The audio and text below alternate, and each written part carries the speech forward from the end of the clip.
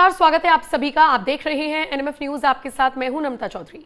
15 अगस्त का दिन, शुक्रवार का दिन बहुत अहम होने वाला है रशिया के लिए भी और अमेरिका के लिए भी और यूक्रेन के लिए भी। दरअसल रशिया के राष्ट्रपति व्लादिमीर पुतिन अमेरिकी राष्ट्रपति डोनाल्ड ट्रंप के साथ मुलाकात करेंगे और ये मुलाकात बहुत महत्वपूर्ण मानी जा रही है क्योंकि इस पर फैसला निकलेगा कि यूक्रेन के साथ रशिया अपना युद्ध खत्म करेगा या नहीं। अब ऐसे में हाल ही में डोनाल्ड ट्रंप से एक प्रेस कॉन्फ्रेंस में सवाल पूछ लिया गया। एक पत्रकार ने पूछा कि पुतिन अगर शुक्रवार की बैठक के बाद भी युद्ध रोकने के लिए सहमत नहीं होते तो क्या होगा, क्या रूस को कोई परिणाम भुगतने होंगे? जानते हैं ट्रंप ने क्या जवाब दिया। ट्रंप ने कहा हाँ, रूस को इसके कड़े अंजाम भुगतने होंगे। जो परिणाम होंगे उनमें टैरिफ और प्रतिबंध शामिल होंगे। उन्होंने कहा मुझे बताने की जरूरत नहीं कि नतीजे बहुत गंभीर होंगे। यानी मुलाकात होनी है पुतिन और ट्रंप की और उससे ठीक पहले इसी तरीके का बयान दे रही हैं डोनाल्ड ट्रंप। और ये सिर्फ बयान भर नहीं है, ये धमकी है, ये चेतावनी है रूसी राष्ट्रपति पुतिन के लिए। दरअसल अमेरिकी राष्ट्रपति डोनाल्ड ट्रंप चाहते हैं कि यूक्रेन और रशिया के बीच युद्ध विराम हो जाए। वो ऐसा इसलिए चाहते हैं ताकि दुनिया के बीच मैसेज जाए कि कई देशों में युद्ध विराम तो यही भाई साहब करा रहे हैं, तो क्यों ना इनको नोबेल प्राइज दे दिया जाए। खैर, मजाक से इतर, रशिया अपनी शर्तें रख रहा है। रशिया अपनी बात मनवाने के लिए पूरी तरीके से प्रतिबद्ध है और शायद इसीलिए पुतिन ने अपना रुख साफ कर दिया है कि जो बात हम कह रहे हैं, अगर यूक्रेन उससे सहमत होता है तो फिर हम युद्ध विराम के लिए तैयार हैं, और नहीं तो फिर चलने दीजिए जो चल रहा है। वैसे ये कोई पहली बार नहीं जब ट्रंप ने पुतिन से कहा हो कि आप युद्ध बंद कीजिए। आपको याद होगा इससे पहले ये टेलीफोनिक कॉन्वर्सेशन थी, फोन पर बात की थी और ट्रंप ने पूछा था कि आप इस युद्ध को रोकने के लिए इच्छुक भी हैं। फिर ट्रंप ने अपनी बात दोहराई थी कि हमारी जो मांगे हैं उनसे कह दो बात मान लें तो हम तैयार हैं। आइए विस्तार से आपको समझाती हूं कि डोनाल्ड ट्रंप ने कब कब ये चेतावनी दी है रशिया को, या रशिया का जो समर्थन करते हैं, ग्राफिक्स चलाइए, ये रशिया का जो लोग समर्थन करते हैं, जो देश समर्थन करते हैं, उनको ट्रंप ने कैसे धमकी दी है। 8 अगस्त 2025 तक यूक्रेन में शांति स्थापित करने की समय सीमा उन्होंने दी थी, जिसमें असफल होने पर रूस पर कड़े प्रतिबंध और 100% तक टैरिफ लगाने की चेतावनी दी थी। यह धमकी उन देशों पर भी लागू हो रही थी जो रूस से कच्चा तेल आयात करते हैं, जैसे कि भारत और चीन। और भारत पर तो ट्रंप ने टैक्स लगा भी दिया है, आप जानते हैं इस बात को।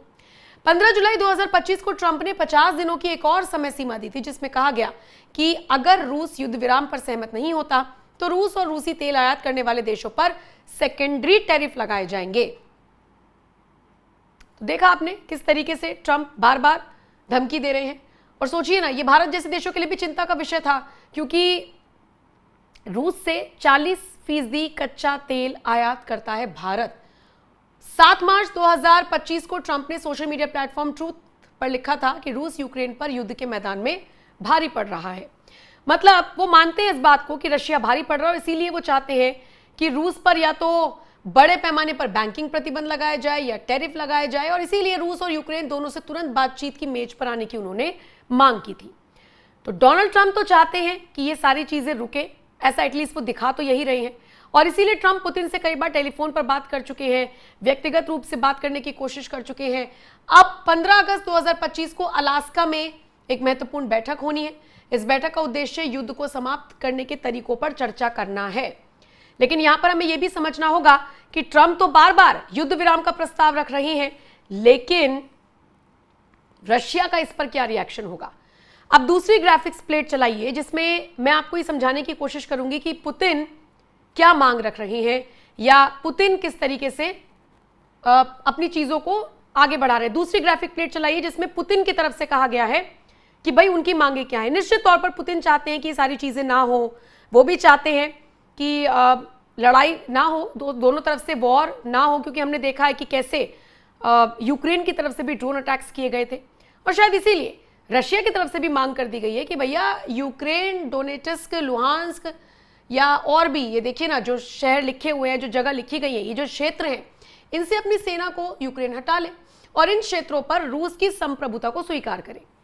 यानी पुतिन चाहते हैं कि वो जो क्षेत्र हम चाह रहे हैं वो आप हमें दे दो।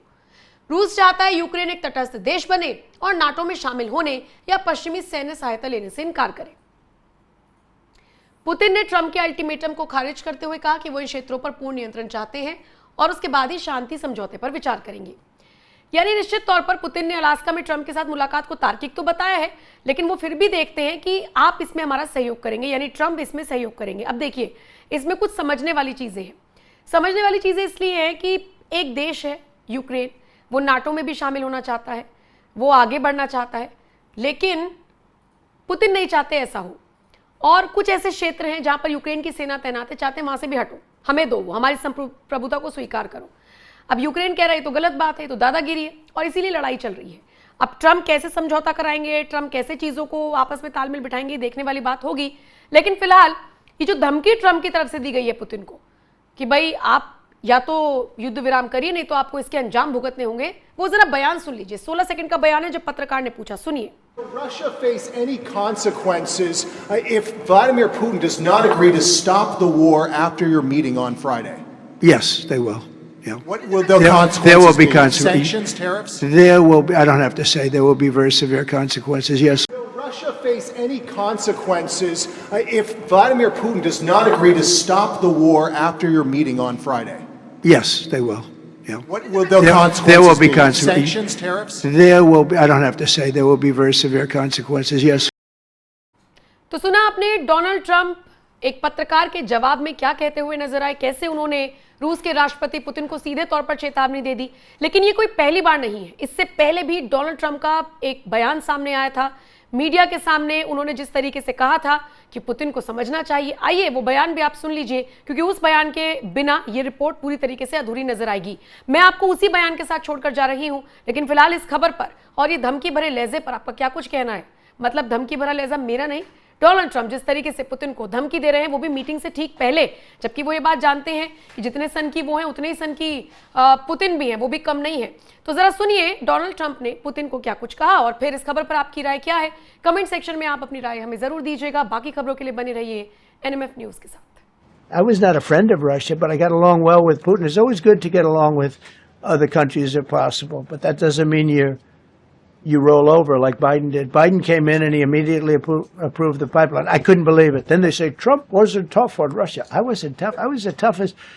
Putin said, if you're not tough, I would hate like hell to see you visit. I stopped the biggest economic development job, the biggest job that Russia had ever built. I stopped it. It was dead. And this low IQ president came in and he let them build a pipeline and supply oil and gas all over Europe, you know. So this is really a feel-out meeting a little bit. And President Putin invited me to get involved. He wants to get involved. I believe he wants to get it over with. Now, I've said that a few times, and I've been disappointed because I'd have like a great call with him, and then missiles would be lobbed into Kiev or some other place, and you'd have 60 people laying on a road dying. I said, that's cold. That's cold. But it's a violent war. 5,000 to 7,000 people a week are dying. And you know, there's nobody from here. They're all Russian and Ukrainian people, and some people from the cities, much smaller number, but still, those missiles do damage and they kill a lot of people, but mostly soldiers.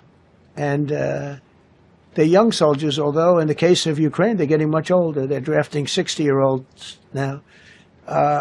It's a terrible thing to witness, and I think I have an obligation. Look, this is Joe Biden's war. This is not my war.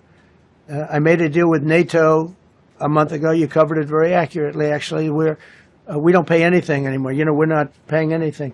They are buying things from us, and NATO is paying us. I got it raised from 2% of GDP to 5%.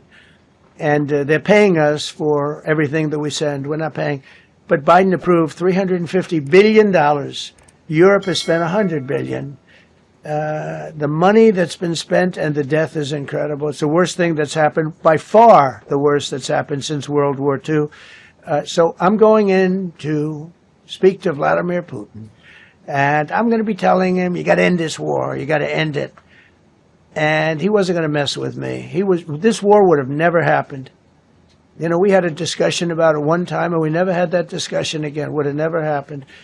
And when the election was rigged, and then Biden took office, which was barely took office, the auto pen took office, Bad things started happening. Bad things, stupid things were said. And it ended up in a war. And you know, and I don't believe this will happen anymore because I have that pretty well covered.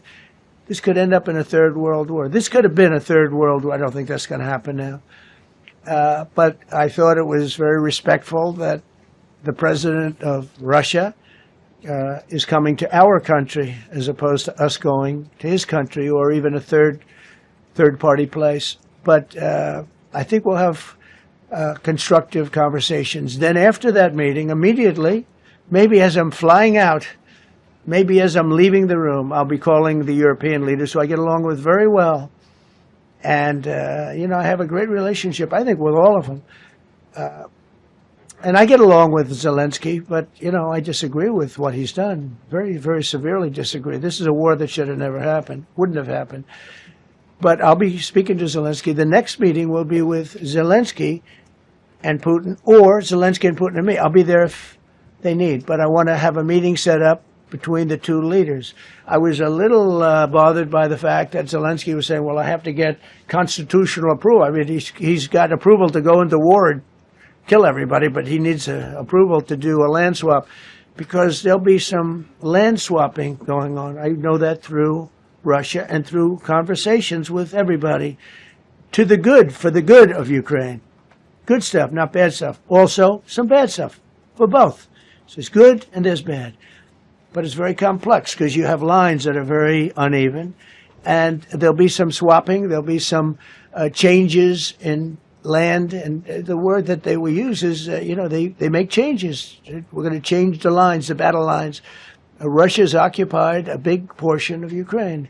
They've occupied some very prime territory. We're going to try and get some of that territory back for Ukraine. But they've taken some very prime territory. They've taken largely ocean. You know, in real estate, we call it oceanfront property. That's always the most valuable property. If you're in a lake, a river, or an ocean, it's always the best property. Well, Ukraine, a lot of people don't know that Ukraine was largely 1,000 miles of ocean. That's gone. Other than one small area, Odessa, it's a small area. There's just a little bit of water